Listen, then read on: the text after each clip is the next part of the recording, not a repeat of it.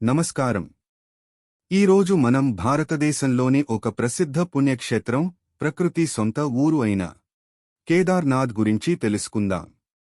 ఇది ఉత్తరాఖండ్ రాష్ట్రంలోని గర్వాల కొండల మధ్య ఉన్న ఒక పవిత్రమైన దేవాలయ గ్రామం.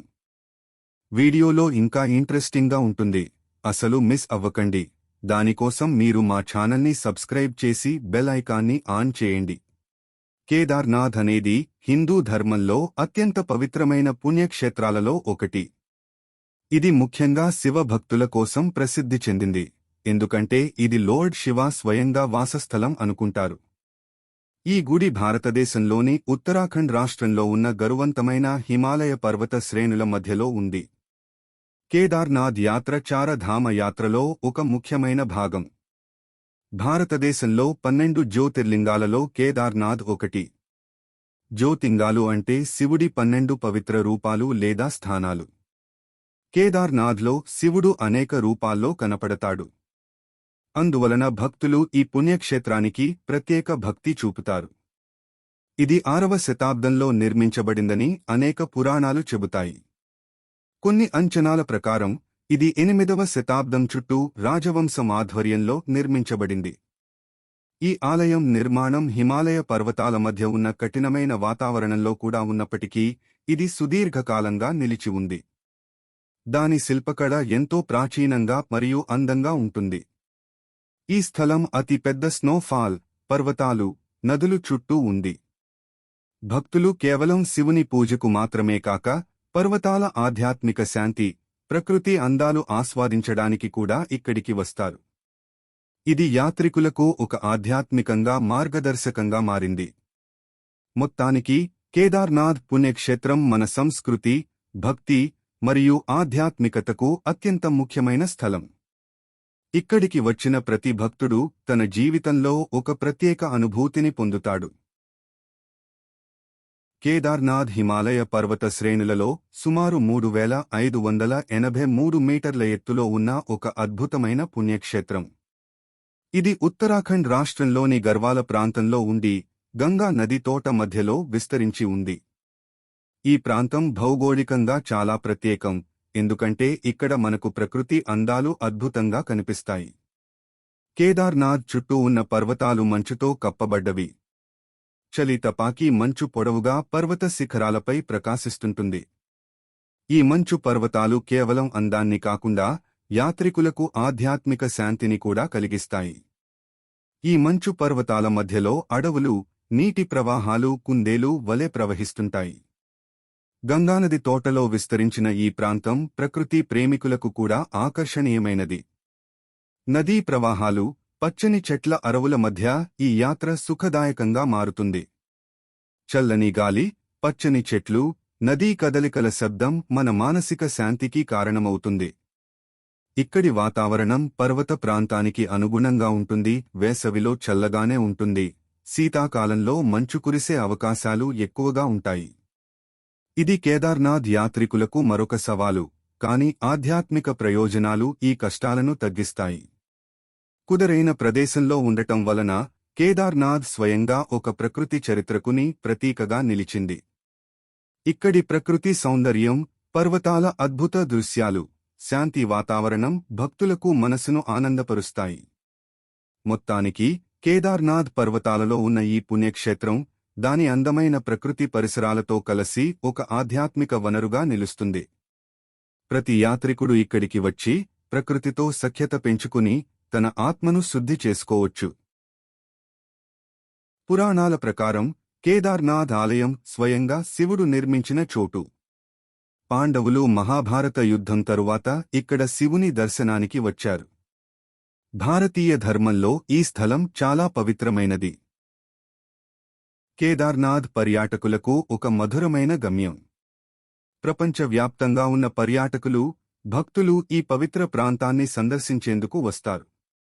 అందులో ముఖ్యంగా ఇక్కడని ప్రకృతి అందాలు ఆహ్లాదకరంగా ఉంటాయి. ఇక్కడ మనం చూడగలిగే శీతల వాతావరణం, మంచు గుట్టలు, పర్వతాలు, జలపాతాలు మనసును హత్తుకునే అద్భుత దృశ్యాలను అందిస్తాయి. శీతల వాతావరణం ఇక్కడ చాలా రిఫ్రెషింగ్గా ఉంటుంది. వేసవిలో కూడా చల్లగా ఉండటం, మంచు గుట్టల అందం, పర్వతాల గొప్పతనం మరియు ప్రకృతి శబ్దాలు ప్రతి పర్యాటకుని ఆత్మను తేల్చేస్తాయి. ఇక్కడి ప్రకృతి దృశ్యాలు ప్రతి కాలంలోనూ ఒక కొత్త అనుభూతిని ఇస్తాయి. పర్వతాల చుట్టూ అడవులు, నదులు, జలపాతాలు కలిసి అందాన్ని మరింత పెంచుతాయి. కేదార్నాథ్ వాతావరణం, ప్రకృతి అందాలు కేవలం భక్తులకే కాదు, పర్యాటకులకు ఒక స్పిరిటువల్ మరియు ఆహ్లాదకరమైన అనుభవం. ఇక్కడి ప్రకృతి సౌందర్యాన్ని ఆస్వాదించేందుకు పర్యాటకులు కాలం తీసుకుని వస్తారు. పర్వత ప్రాంతం కావడంతో ఇక్కడి జీవవైవిధ్యం కూడా చాలా ప్రత్యేకం. ఇంకా కేదార్నాథ్ పరిసర ప్రాంతాలు ఎకోసిస్టమ్ రక్షణకు అత్యంత కీలకమైనవిగా ఉంటాయి. ఇక్కడి అడవులు, పర్వతాలు, నదులు, జీవజాలం అన్నీ పరస్పరం సంతులనం కలిగి జీవిస్తున్నాయి. ఈ పరిసరాలు మనుగడకు అవసరమైన పర్యావరణాన్ని పుష్కలంగా అందిస్తున్నాయి. అందువల్ల కేదార్నాథ్ పర్యావరణ రక్షణ కోసం కూడా ఒక ముఖ్యమైన కేంద్రంగా నిలుస్తోంది. మొత్తానికి కేదార్నాథ్ ప్రకృతి అందాలు, వాతావరణం, పర్యాటకం మరియు ఎకోసిస్టమ్ పరిరక్షణలో ఉన్న ప్రాముఖ్యత ఈ ప్రాంతాన్ని ప్రత్యేకంగా నిలబెడతాయి. ఇక్కడికి వచ్చిన ప్రతి వ్యక్తి అందమైన ప్రకృతితో కంటి కన్నీటి శాంతిని పొందుతాడు. కేదార్నాథ్కి చేరుకోవడానికి మొదట రుద్రప్రయాగ్ వరకు రైలు లేదా బస్సు ప్రయాణం. అక్కడి నుంచి గౌరీకుండ, సోమేశ్వర్ ప్రాంతాల ద్వారా కేదార్నాథ్కు దారితీసే 16 కిలోమీటర్ల ట్రెక్కింగ్ ఉంటుంది. మొదటి 14 కిలోమీటర్లు వరకు జీపులు కూడా అందుబాటులో ఉంటాయి. అలాగే హెలికాప్టర్ సర్వీసులు కూడా ఉన్నాయి. 10 నిమిషాల్లో ఆలయానికి చేరుకోవచ్చు.